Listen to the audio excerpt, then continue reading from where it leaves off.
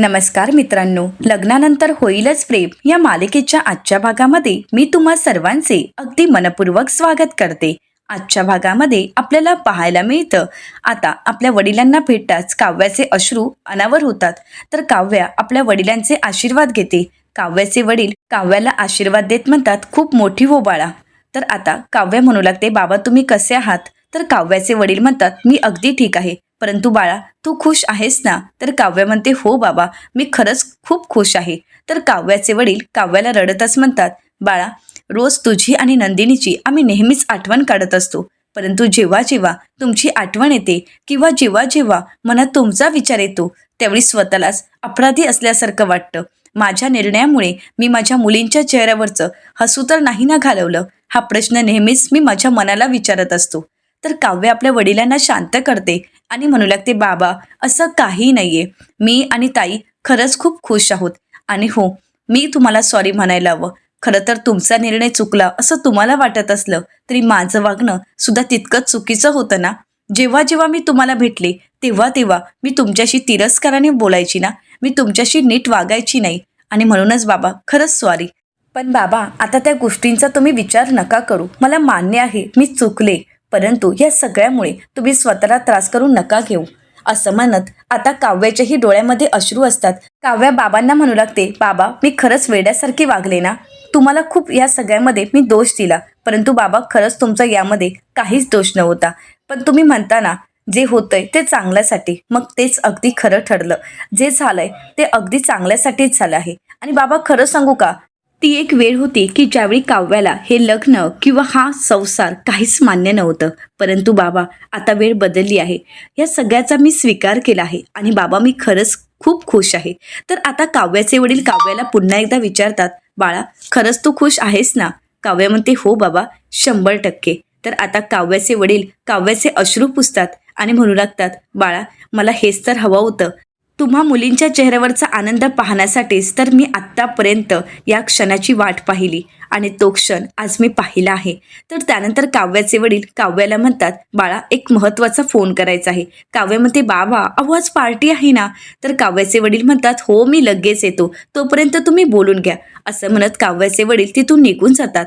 आता काव्याच्या चेहऱ्यावरचा आनंद पाहून फक्त बाबांनाच नाही तर आरुषीला सुद्धा खूप आनंद झालेला असतो. आता आरुषी सुद्धा आनंदानेच काव्याला मिठी मारते. तर इकडे जीवा सुद्धा खूप छान तयार होऊन त्याची ही एंट्री झालेली असते. आता जीवाची एंट्री पाहून नंदिनीच्या चेहऱ्यावरचा आनंद द्विगुणित होतो आणि नकळतच नंदिनी सुद्धा आता जीवाच्या प्रेमात पडलेली असते. नंदिनी इशाऱ्यानेच जीवाला खूप छान दिसत आहेस असं खुणावूनच सांगते. तर त्यानंतर आता जीवा पार्थला म्हणू लागतो, हे सगळं काही खूप भारी वाटते रे.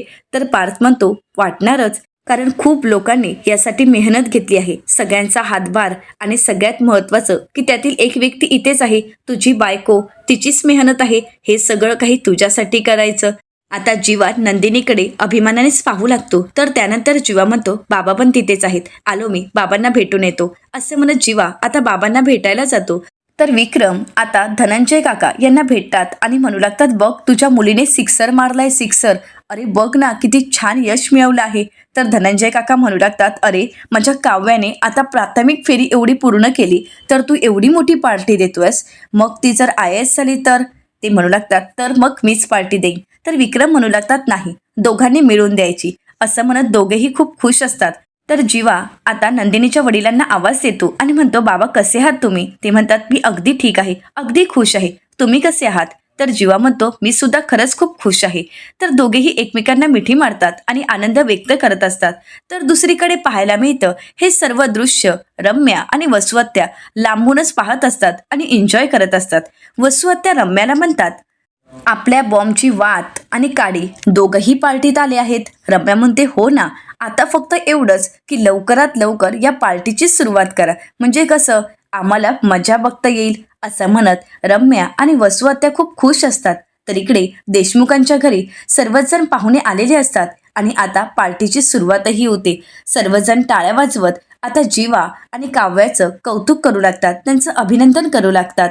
तर आता सूत्रसंचालनाची जबाबदारी पार्थ आणि नंदिनी यांनी घेतलेली असते. तर पार्थ आणि नंदिनी आपली ओळख करून देत म्हणतात, हाय, मी पार्थ देशमुख. तर नंदिनी म्हणते, मी नंदिनी देशमुख. आणि दोघंही एकत्र म्हणतात की तुम्हा सर्वांचे आम्ही इथे हार्दिक स्वागत करत आहोत. तर दुसरीकडे वसू आता रम्याला म्हणतात, रम्या, हे दोघं स्टेजवर जाऊन गाण्याच्या कार्यक्रमाचं निवेदन करतायत का? रम्या म्हणते, करू देत ग, कारण तसंही त्यांनी सूत्रसंचालन केलं तरी आता सगळं आयुष्य बेसूरच होणार आहे. वसू आत्या म्हणतात, ते तर आहेच ग.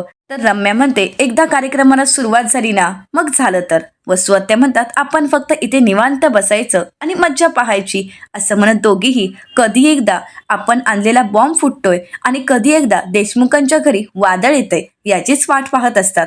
तर दुसरीकडे नंदिनी सूत्रसंचालन करत म्हणते, आज या संध्याकाळी तुम्ही सर्वजण इथे एकत्र आलात त्याचं कारणही तेवढंच खास आहे.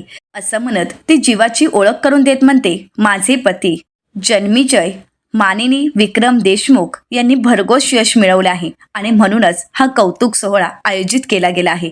तर त्यानंतर आता सर्वजण टाळ्या वाजवत जीवाचं कौतुक करतात.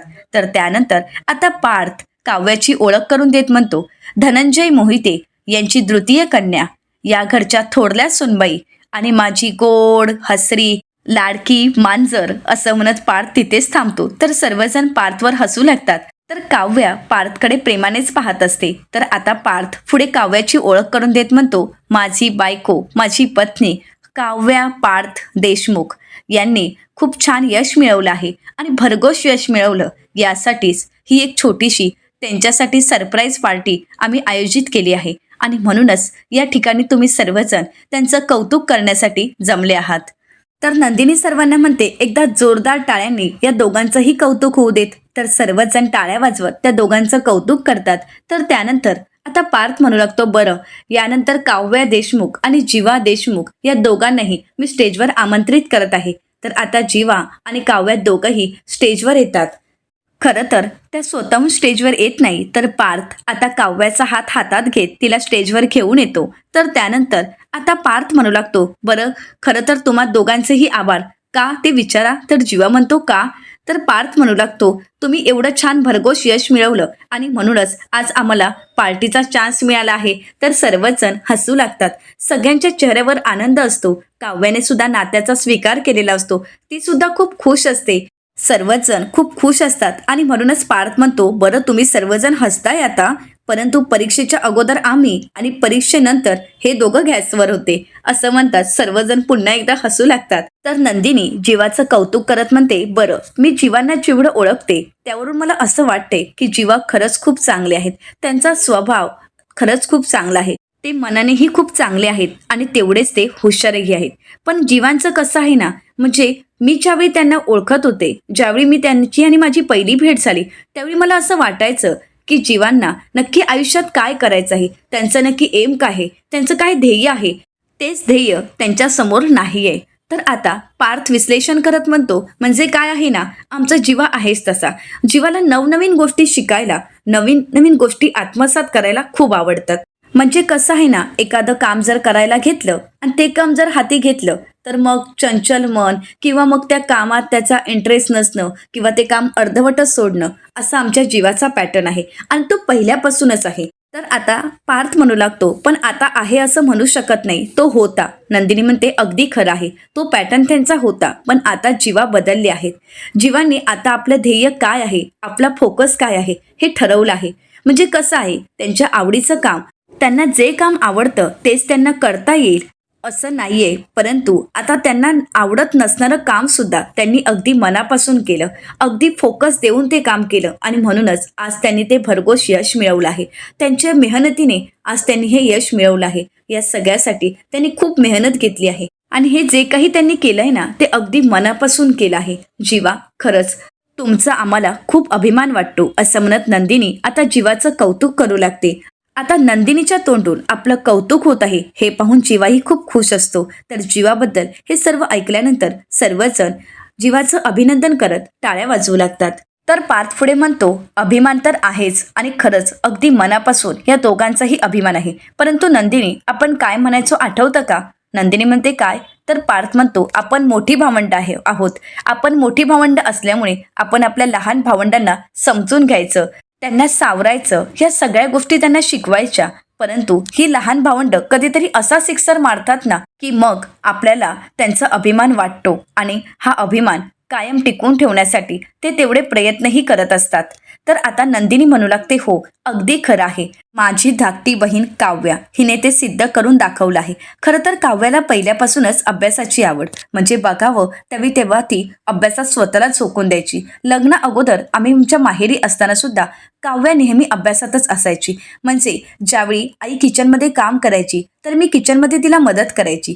आरुषी बाबांना मदत करायची. कधी कधी आरुषी सुद्धा किचनमध्ये मदतीला यायची. परंतु काव्या मात्र सतत अभ्यासातच असायची. पाहावं त्यावेळी तिच्या हातात पुस्तक आणि तिच्या डोक्यात अभ्यासाचा विचार, बाकी काहीच नसायचं. आणि मग आम्ही दोघीही खूप चिडायचो आणि आईला म्हणायचो, ही काव्या कधी घरात मदत करणार आहे की नाही, की फक्त अभ्यासच करत राहणार आहे. त्यावर काव्या काय म्हणायची माहीत आहे? तर आता नंदिनी काही बोलणार त्या अगोदरच पार्थ आता काव्याचं वाक्य पूर्ण करत म्हणतो, मी काव्या आहे काव्या. एकदा आयएस झाली ना की हाताखाली इतके नोकर ठेवेन ना की पाणी उकळून घेण्यासाठी किचनमध्येही जावं लागणार नाही. आता मात्र काव्या पार्थकडे पाहू लागते. तर नंदिनी म्हणू लागते, अगदी बरोबर, तुम्ही अगदी काव्याला परफेक्ट ओळखता. काव्या असंच म्हणायची. ज्या ज्यावेळी आम्ही तिला कामाचं बोलायचो त्या त्यावेळी तिच्या तोंडी हेच वाक्य असायचं. नेहमी आम्हाला ती हेच ऐकवून दाखवायची. मग आम्ही तिला काय म्हणायचो, अगं हो हे सगळं काही तू करशील, परंतु आयएस झाल्यानंतर ना, परंतु त्या अगोदर प्रिलिम्स तरी पूर्ण कर. परंतु शेवटी काव्याने ते करून दाखवलं. जे काव्याने ध्येय डोळ्यासमोर ठेवलं होतं ते ध्येय पूर्ण करण्यासाठी काव्या तिच्या यशाची पहिली पायरी पूर्ण करत आता आयएसच्या दिशेने जात आहे. तिने प्रिलिम्स तर पूर्ण केल्यात आणि आम्हा सगळ्यांनाच काव्याचा सार्थ अभिमानही आहे.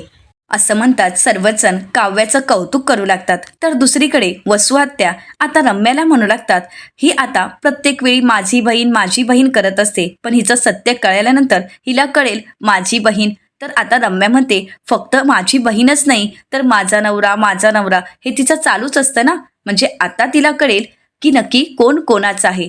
आई मला काय वाटतं, एकदा का बॉम्ब फुटला की नंतर ही कोणाला आयुष्यात माझं म्हणणारही नाही. म्हणजे आतापर्यंत माझी बहीण माझा नवरा असं म्हणायची ना, पण त्यानंतर ही आयुष्यात कोणाला माझं म्हणेल असं मला तरी वाटत नाही. आणि हो, आपला बॉम्ब फुटल्यानंतर या नंदिनीच्या चेहऱ्यावरचा रंगच उतरलेला असेल ना, म्हणजे अगदी पाहण्यासारखं असेल. तर वसू आत्या म्हणतात, हो ना, त्या तर क्षणाची आपण वाट पाहत आहोत. आणि एकदा का बॉम्ब फुटला की मग बघायला हवं की नक्की काय घडणार आहे. आतापर्यंत नंदिनी बोलायची ना, पण आता ती हरणार आहे आणि ती कधीच उभी राहू शकणार नाही. वसुआत त्यांचं बोलणं ऐकताच रम्या म्हणू लागते, आई मला काय वाटतं, ही नंदिनी आता कोणाला तोंड दाखवण्याच्या लायकही राहणार नाही ना, कारण तिच्या बहिणीने असे काही रंग उधळलेत आणि ते सुद्धा हिच्या नवऱ्यासोबत. म्हणजे किती मज्जा येईल ना ग तो व्हिडिओ ज्यावेळी प्ले होईल त्यावेळी. असं म्हणत दोघीही त्या क्षणाची वाट पाहत असतात. तर दुसरीकडे सर्वच जण काव्याचं अभिनंदन करत असतात. इथे नंदिनी, जीवा, पार्थ सर्वच जण कौतुक करत असतात. तर पुढचं सूत्रसंचालन पार्थ करतो आणि म्हणू लागतो, पीजेवाय कंपनीचे सर्वेसर्वा, पीजेवाय कंपनीचे चेअरमन आणि या देशमुख कुटुंबाचे सर्वेसर्वा म्हणजेच विक्रमादित्य देशमुख आणि त्यांची सर्वेसर्वा माननीताई देशमुख या दोघांनाही मी स्टेजवर आमंत्रित करत आहे. तर आता सर्वच जण टाळ्या वाजवत त्या दोघांचंही स्वागत करतात. आता पार्थ विक्रम यांच्या हातात माईक देतो आणि म्हणू लागतो, बाबा तुम्ही बोला. तर विक्रम म्हणू लागतात, काय बोलावं, आज आमच्या मुलांनी जे काही यश मिळवलं आहे त्यामुळे आज खऱ्या अर्थाने आमची मान उंचवली आहे. ए धन्या, आता ही मुलगी माझी असं म्हणत ते काव्य आपली मुलगी आहे असं काव्याच्या वडिलांना ठणकावून सांगतात. तर त्यानंतर विक्रम म्हणू लागतात, अरे पोरांनो, तुम्ही एवढे मोठमोठे केक आणलेत, ते कधी कापणार आहात. तर मानिनीताई त्यांना शांत करत म्हणतात, अहो जरा शांत व्हाल का, म्हणून मी तुम्हाला नेहमी म्हणते कामाचा एवढाही लोड घेऊ नका की ज्यामुळे नक्की पुढे आता कार्यक्रमाचं स्वरूप काय आहे हेही तुम्ही विसरून जाल. तर विक्रम माननीताईंना म्हणतात, अगं नक्की पुढे कार्यक्रम काय आहे. माननीताई म्हणतात, अहो त्यांचं अजून सिक्रेट बाकी आहे ना, तुम्हाला आठवत नाही आहे का. आता विक्रम यांना काही आठवतच नसतं. तर आता त्यानंतर जीवा नंदिनीला विचारतो, कसलं सरप्राईज, कसलं सिक्रेट. नंदिनी म्हणते काही नाही. तर माननीताई म्हणतात, तुम्ही आता म्हातारे झालात, चला आपण खाली जाऊन बसूयात, मुलांना त्यांचा कार्यक्रम पुढे चालू ठेवू देत. असं म्हणत माननीताई तिथून जात असतात. तर आता नंदिनी म्हणते, नाही आई, आता आम्ही सुद्धा तुमच्यासोबतच खाली बसायला येणार आहोत, कारण या पुढचा कार्यक्रम जीवा आणि काव्या कंटिन्यू करणार आहेत. आता हे ऐकल्यानंतर जीवा आणि काव्याला धक्काच बसतो. जीवा म्हणतो, काय. तर काव्या म्हणते, ताई तू काय बोलतेस हे.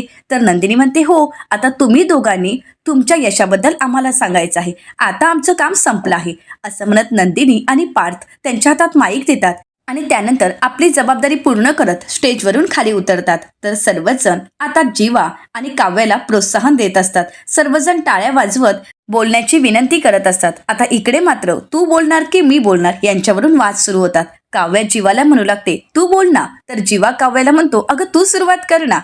तर काव्य म्हणू लागते अहो जन्मीचे अगोदर तुम्ही बोला नंतर मी बोलते की. आता मात्र जीवाला काय बोलावं काहीच कळत नसतं. परंतु एकीकडे काव्या काही पहिल्यांदा बोलायला तयार नसते. तर जीवालाच आता ती जबाबदारी उचलावी लागते. जीवा म्हणतो बरं ठीक आहे मी बोलतो असं म्हणत जीवा माईक घेतो. तर आता सर्वच जण जीवा काय बोलणार याकडे लक्ष देऊन असतात. तर जीवा सुरुवात करत म्हणतो सगळ्यात अगोदर तुम्हा सगळ्यांना थँक्यू की तुम्ही सर्वजण वेळात वेळ काढून इथे आलात. आणि सगळ्यात पहिल्यांदा थँक्यू ते म्हणजे माझ्या आईबाबांना, ज्यांनी मला एवढं प्रोत्साहन दिलं आणि ज्यांच्यामुळे हे यश मी मिळवू शकलो आहे. मी माझ्या आईबाबांचे आभार मानतो, कारण माझ्यासारख्या अशा मुलाला त्यांनी सांभाळून घेतलं, त्यांनी चांगले संस्कार दिलेत. खरंच थँक्यू आई बाबा. आणि सगळ्यात मी नशीबवान का समजतो तर पार्थ दादासारखा मोठा भाऊ मला मिळाला, जो लहानपणापासूनच माझ्या खुश होण्याने सुखावत राहिला, ज्याला नेहमीच मी आनंदित राहावं, मी यश मिळवावं असं वाटत राहायचं. आणि म्हणूनच नेहमी मी ज्यावेळी जिंकायचो आणि माझ्या जिंकण्याने त्याला स्वतः जिंकल्याचा आनंद व्हायचा, माझ्या जिंकण्यात तो स्वतःचा आनंद मानायचा. मी हरल्यावर त्याचे खांदे झुकायचे, परंतु ज्यावेळी मी यश मिळवायचो, ज्यावेळी मी जिंकायचो, तेव्हा मात्र तेच खांदे मला खांद्यावर घेऊन मिरवणूक काढण्यासाठी सुद्धा पुढे असायचे सगळ्यात पहिले. आणि माझा पार्थ दादा नेहमीच मला सपोर्ट करत राहिला. आणि म्हणूनच आज मी जे काही यश मिळवलं आहे ते माझ्या पार्थ दादाच्या आत्तापर्यंत मला मिळालेल्या सपोर्टमुळेच. आता हे सर्व काही बोलत असताना जीवाचे डोळे पाणावतात आणि तो लगेच खाली उतरत पार्थला मिठी मारतो. जीवा आपल्या कवितेतून व्यक्त होत म्हणतो, जो स्वतःच्या घासातला घास तुम्हाला भरवतो, तुमच्या आयुष्यातलं दुःख कमी करतो, तुमच्या आयुष्यातला त्रास कमी करतो, जो स्वतः हरतो पण तुम्हाला मात्र जिंकवतो, त्याची एखादी प्रिय वस्तू तुमच्याकडे आली ना तर हसून सोडून देतो, आणि तुमची एखादी अनमोल वस्तू त्याच्याकडे गेली तर ती मात्र हसून तो परत करतो. आणि खरंच अशी व्यक्ती मिळायला, असा भाऊ मिळायला नशीब लागतं असं म्हणत आता जीवा पुन्हा एकदा पार्थला मिठी मारतो. तो आपल्या कवितेतून आपल्या भावासाठी व्यक्त झालेला असतो. भावंडांमधील प्रेम काय असतं हे दोन भावांकडे पाहूनच सगळ्यांनाच कळालेलं असतं. तर आता सर्वच जण टाळ्या वाजवत जीवाचं कौतुक करू लागतात. आणि या सगळ्यातही आता पार्थला जीवाचा अभिमान वाटत असतो. तर जीवा पुढे म्हणतो बरं नात्यांची इतकी श्रीमंती आहे माझ्याकडे असं म्हणत जीवा आपल्या बाबांकडे जातो, त्यांना थँक्यू म्हणतो आणि आई वडील प्रेम व्यक्त करत म्हणतो आय लव्ह यू आई. तर त्यानंतर जीवा पुढे म्हणतो नात्यांची इतकी श्रीमंती माझ्याकडे आहे तरी सुद्धा देवाने माझ्या हाती एक ब्लँक चेक दिला. आता जीवाच्या या बोलण्याचा अर्थ कोणालाच लागत नसतो. तर जीवा पुढे म्हणतो आणि तो ब्लँक चेक आहे नंदिनी. आता मात्र सर्वजण टाळ्या वाजवतात. तर जीवा म्हणतो खरं तर अशी बायको मिळायला सुद्धा नशीब लागतं हा, आणि मी खरंच खूप नशीबवान आहे की एकीकडे मला असा भाऊ मिळाला आहे आणि दुसरीकडे मला देवाने दिलेला ब्लँक चेक म्हणजे अशी चांगली बायको मला मिळाली आहे.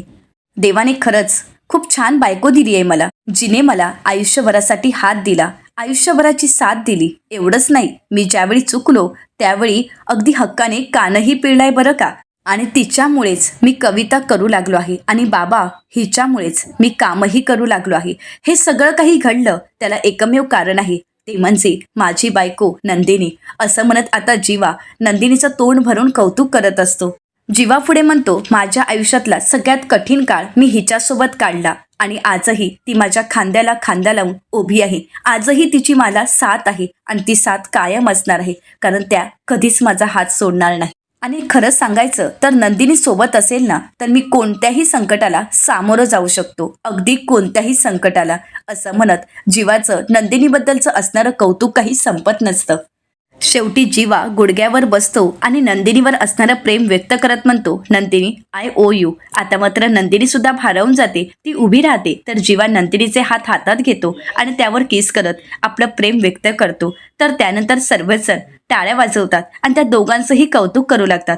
दोघांनीही एकमेकांना साथ दिलेली असते आणि म्हणूनच आज हे जीवाचं यश पाहायला मिळालेलं असतं. तर त्यानंतर आता काव्या आपलं मन व्यक्त करायला घेते, परंतु अगोदरच तिचे डोळे पाणावलेले असतात. हे सगळं काही पाहून काव्याला भरून आलेलं असतं. काव्य म्हणू लागते किती केलंय तुम्ही आमच्यासाठी. खरंच हे सगळं काही पाहून ना मन भरून आलं आहे. आज तुम्ही सर्वजण इथे आलात, खरंच थँक्यू. पण माझ्याबद्दल सांगायचं तर मी खरंच हट्टी आहे.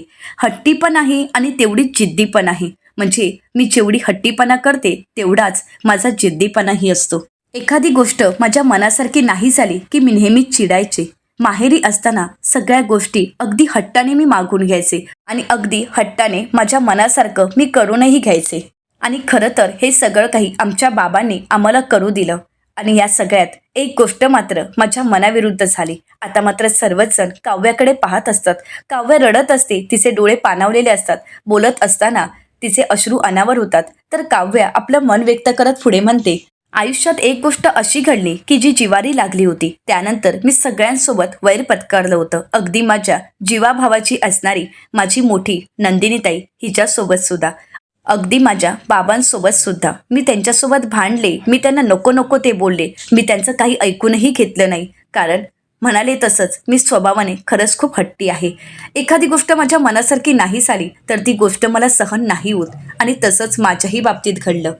परंतु वेळेची काही कमाल असते ना. लग्न अगोदर ज्या नंदिनीताईने अगदी तळहाताच्या फोडाप्रमाणे मला जपलं, माझी काळजी घेतली, सतत ती माझ्या अवतीभोवती असायची, तीच नंदिनीताई लग्नानंतर सुद्धा माझ्यासोबतच या घरात आली. आजही ती मला अगदी तळहाताच्या फोडाप्रमाणे जपते. आजही ती मला जपतीये, मला सावरते.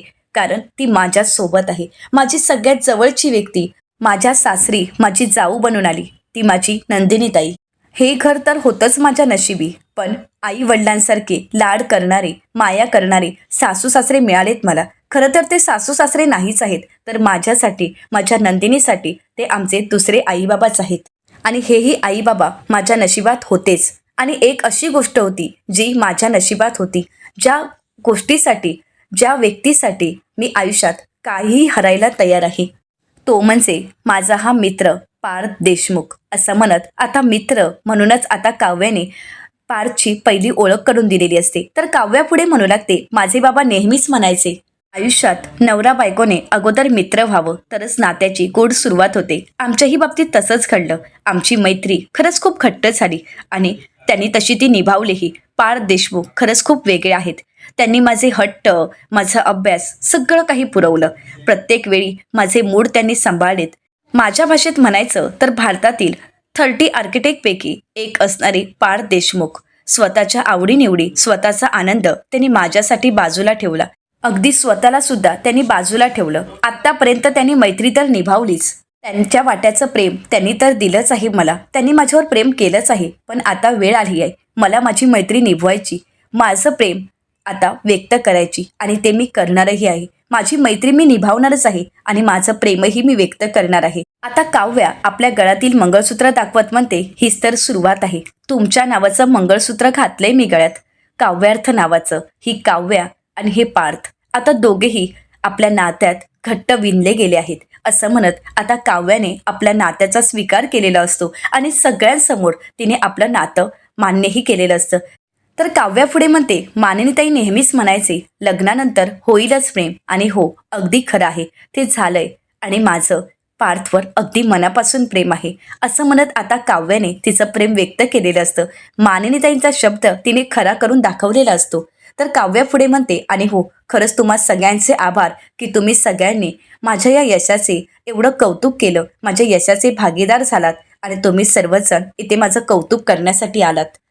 आता सर्वच जण काव्याचं कौतुक करू लागतात. आता नंदिनीला काव्याचा अभिमान वाटत असतो. ती जाऊन काव्याला मिठी मारते. तर पार्थ म्हणू लागतो, गळाभेट झाली असेल तर पुढच्या कार्यक्रमाला सुरुवात करूयात का? म्हणजे केक कटिंग करायचा राहिलाच आहे. तर नंदिनी म्हणते, हो, केक तर आपण कटिंग करणारच आहोत, परंतु त्या अगोदर मला तुमच्याशी बोलायचं आहे. असं म्हणत नंदिनी आपलं मनोगत व्यक्त करत म्हणते, बरोबर 1 वर्षापूर्वी आम्ही नकळतच एकमेकांना भेटलो. तर पार्थ पुढे म्हणतो, बरोबर बोलताय नंदिनी. आणि नकळतच, कळत नकळत आपण एकमेकांच्या प्रेमातही पडलो. असं म्हणत आता पार्थ काव्याकडे पाहू लागतो. तर इकडे जीवा नंदिनीकडे पाहत असतो.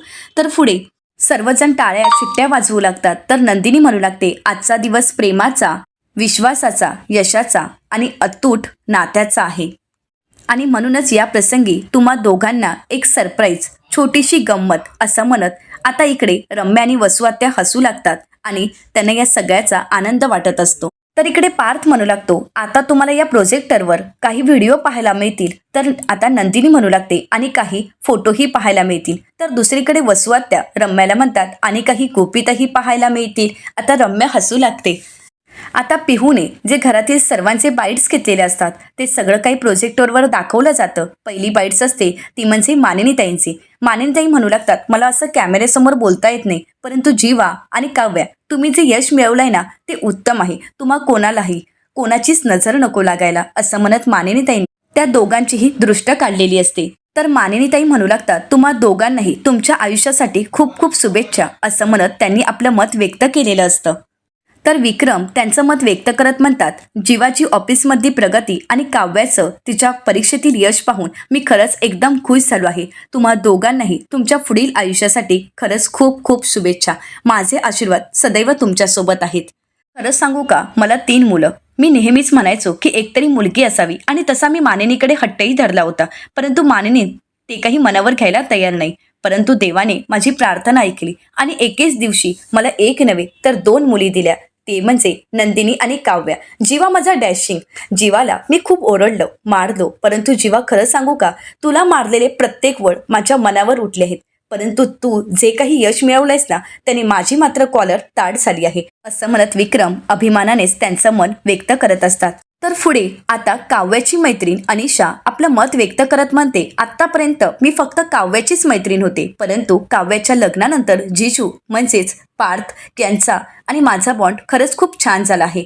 तुम्हा दोघांचंही अगदी मनापासून कौतुक. तर आता जीवा तुम्ही सुद्धा खरंच खूप छान यश मिळवलं आहे आणि त्यासाठी तुमचं अभिनंदन. आणि नंदिनीताई तुझंही. आणि बॉस, आता काही झालं ना तरी तुम्ही चौघही असंच कायम एकत्र राहायचं आहे, असंच आनंदी राहायचं आहे, असं म्हणत अनिशाने आपलं मत व्यक्त केलेलं असतं. तर पुढे आपल्याला पाहायला मिळतं पार्थ आणि नंदिनी यांनी सुद्धा आपलं मत व्यक्त केलेलं असतं. आणि त्यानंतर सर्व फोटो पाहायला मिळतात. आता सर्व फोटो चालू असतात, सर्वजण हसत असतात, एकमेकांकडे पाहत असतात, फोटो पाहून एकमेकांकडे पाहून लाजतही असतात. परंतु त्याचवेळी जे फोटो पाहायला मिळतात त्यावेळी मात्र सर्वांच्याच पायाखालची जमीन सरकते. कारण आता काव्या आणि जीवाच्या लग्ना अगोदर असणाऱ्या नात्याचे फोटो सगळे दाखवले जातात. इकडे मात्र वसू आत्या आणि रम्याला हसू येत असतं. इकडे पार्थ, नंदिनी, जीवा आणि काव्या यांना मात्र धक्काच बसतो. या सगळ्याबद्दल इथे पार्थ आणि नंदिनीला काहीच माहीत नसल्यामुळे ते मात्र पूर्णपणे या सगळ्यामध्ये कोलमडून गेलेले असतात. तर येणाऱ्या पुढील भागामध्ये आपल्याला पाहायला मिळतं आता काव्या नंदिनीसमोर हात जोडते आणि म्हणू लागते, सॉरी ताई, खरंच मला माफ कर. परंतु त्याचवेळी नंदिनी आता काव्याला काही न बोलता स्वतःलाच मारून घेत असते. या सगळ्याने नंदिनी स्वतःला त्रास करून घेत असते. आता नंदिनीच्या हातावर लिहिलेला जीवान नंदिनी हा शब्द ती पुसून टाकण्याचा प्रयत्न करत असते. तर इकडे पार्थला एवढा जबरदस्त धक्का बसतो,